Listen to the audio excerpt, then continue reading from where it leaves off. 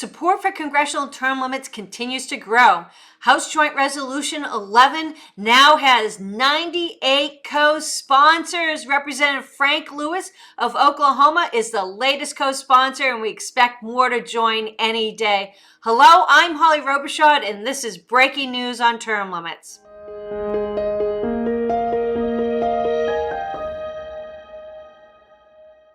Now for our state update. Primary elections were held in New Jersey on June 6 for the state legislature, and 7 term limits pledge signers won their primaries. Virginia is another state where there will be elections for the state legislature. So far, 21 legislative candidates have signed our pledge. Mississippi also holds legislative elections this year, and our state chair, Ron Eller, has 51 pledge signers so far. In May, there were 2 special legislative elections. In Florida, Ryan Chamberlain, a U.S. term limits pledge signer, was elected to the Florida State House. In Kentucky, Greg Elkins, a strong term limit supporter, won his state Senate seat. Congratulations. Now for the political outrage of the week. In 2020, Claudia Tenney of New York was seeking to recapture the House seat that she had lost in 2018. She signed the U.S. term limits pledge and was an outspoken supporter. In fact, her support for our term limits amendment played a major role in her narrow victory. In 2022, after redistricting, she ran and won a tough primary, once again advocating for congressional term limits. So you'd think she was one of our strongest supporters on term limits amendment, right? Wrong. This past February, Tenney filed House Joint Resolution 32, which would create a 6-term limit on members of the House. Tenney's proposal is double the limit. It would allow members of Congress to stay in power twice as long. Remember, Tenney signed our pledge that supports no longer than 3 terms. So she's guilty of a bait and switch, and she was hoping no one would notice. However, one group did notice. The Super PAC Term Limits Action spotted Tenney's shell game and purchased TV ads calling her out on breaking her word to her voters. Tenney published an angry response. She stated, "My pledge to you, the voters, is the same now as it was the first day when I ran. I will fight for and support any term limits bill that is considered." Her statement is unequivocally false. Tenney promised that she would support no longer than 3 terms for House members. This distinction is huge. Term limits is a remedy for a broken Congress that is rotting from the disease of compliancy and corruption. But if the limits aren't strong enough, like medicine that comes in too weak, the disease will never be cured. That's why U.S. Term Limits Pledge, which Tenney signed, binds members to 3 House terms and no longer. It's designed to stop career politicians like Nancy Pelosi and Mitch McConnell from setting a limit so long that it turns out to be ineffectual.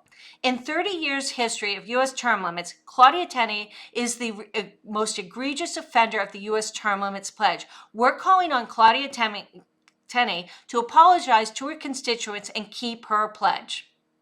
As you know, every February 27th, we celebrate National Term Limits Day when the 22nd Amendment was ratified, limiting a president to 2 terms in office. It was worded to exempt the incumbent Harry S. Truman, but Truman believed presidents should only serve 2 terms, so he declined to run again in 1952. He also favored term limits on Congress.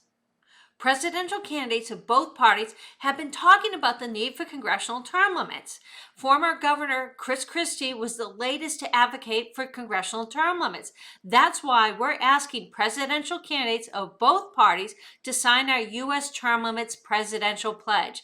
The pledge states that if a candidate is elected president, he or she will support passage of the U.S. Term Limits Amendment of 3 House terms, 2 Senate terms, and no longer, and will work to secure state ratification of an amendment to the U.S. Constitution.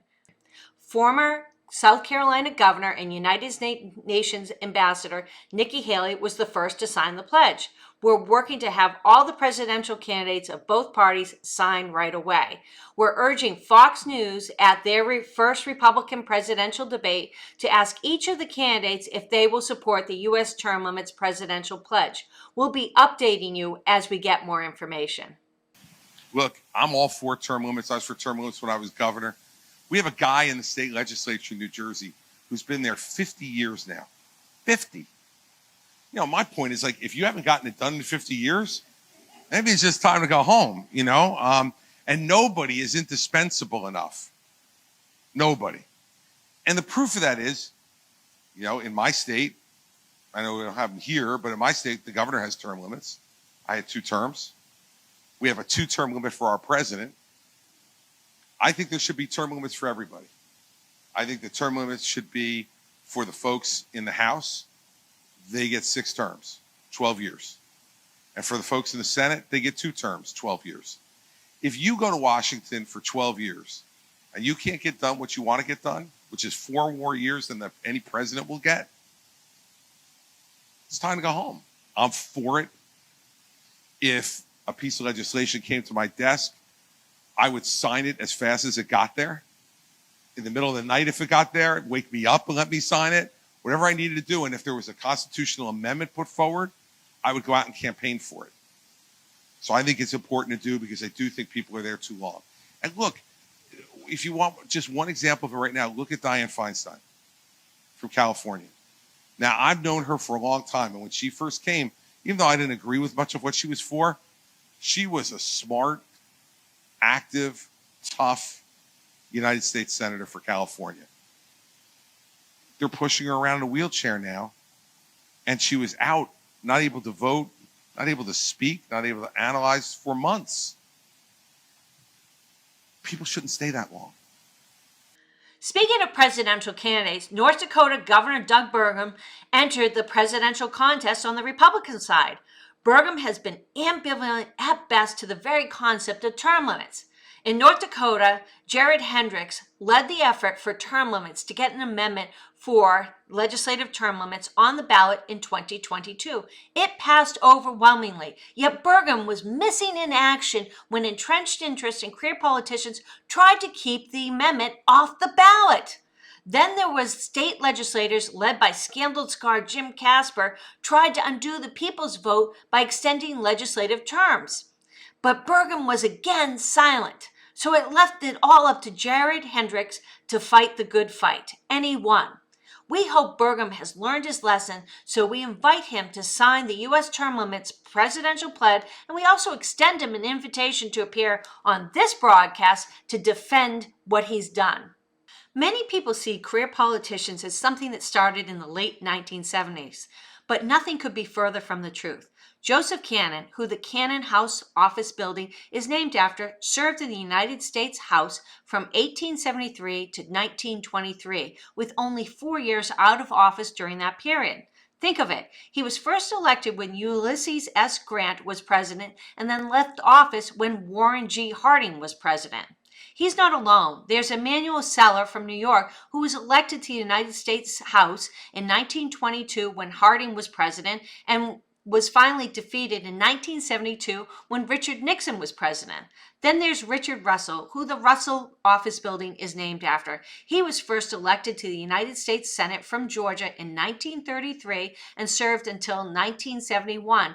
After his election in 1933, he never faced a competitive election again. What has changed is that the people like you are watching this broadcast and are fed up with career politicians as special interests, and making term limits has become a major issue, and we can make it a reality. Now it's time for the Corrupt Politician of the Week. This week we're calling out Arizona Representative Ruben Gallego. Gallego is no supporter of term limits and was elected to the House in 2015 and is now seeking a promotion to the Senate. He claims both Washington, D.C. and Arizona as his primary residence. That's right, he's got 2 of them. When he first bought his house near the Capitol Hill last year, he claimed the Washington property as his primary residence as part of a special mortgage rate afforded to military veterans. But he and his wife also say their home in Phoenix is their primary residence. According to the terms, Gallego was given a $940,000 VA guaranteed loan in a mortgage market where interest rates are surging. Gallego qualifies for the VA loan due to his service in the Marines. The DC home loan comes after 11 months after Gallagher and his wife refinanced their Phoenix home, so they know they've got both of them. Can we say sweetheart deal? I don't know. Yet, it is another reason why we need term limits on congressional members. Congressional term limits can become a reality, but we need your help. Please go to termlimits.com and get involved today. And make sure to share this program with your friends every week. This is Holly Robichaud, and I'll be back to you next week with more breaking news on term limits.